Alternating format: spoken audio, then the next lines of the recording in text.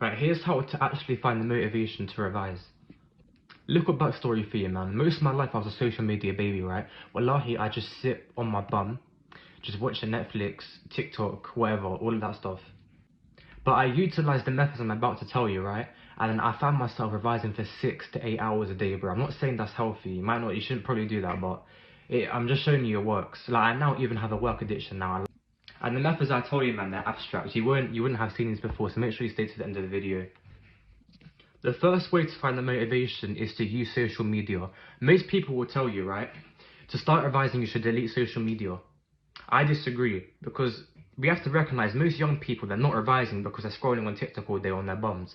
So what you could do, if you're scrolling on TikTok all day, follow our revision accounts, follow like Revishan, follow me, follow people who are actively revising and show it off on TikTok. Because what it is, right, you'll be scrolling through your TikTok and then you'll see these people working hard and revising.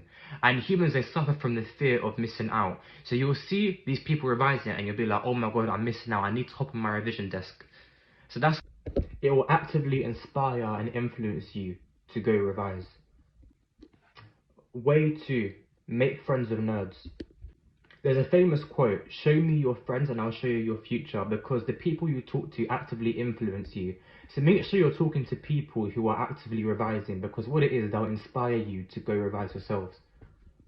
I'm not saying you've got to hang out with some geeks, but just make sure you talk to people who revise, you talk to people who work hard, you talk to the nerds, the ones who get the top grades in class. Another way is to build basic discipline.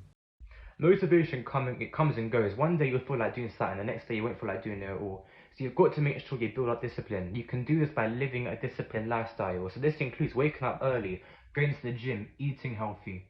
Just habits like that will help you build up a disciplined lifestyle, which will help your brain become more accepting of revising and procrastinate less. But for me, what worked the best for me was following people on TikTok who revise, because then I'd be scrolling through my following page and I'd see these people and their beautiful, pretty flashcards, their pretty notes and all that, and then I wanted to get involved in it. I wanted to be a part of that. So that's how I started revising, and I started to be more disciplined. I started going to the gym as well, and that built up my discipline, so that even when I didn't feel like revising, I still revised.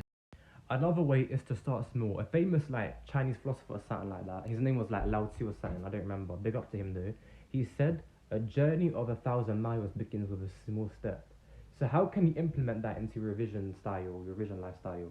What you can do, start with small steps. Start revising maybe 10 minutes, 20 minutes a day, and gradually build that up to revising 1 hour a day. And soon you'll be smashing 4 or 5 hours a day, bro.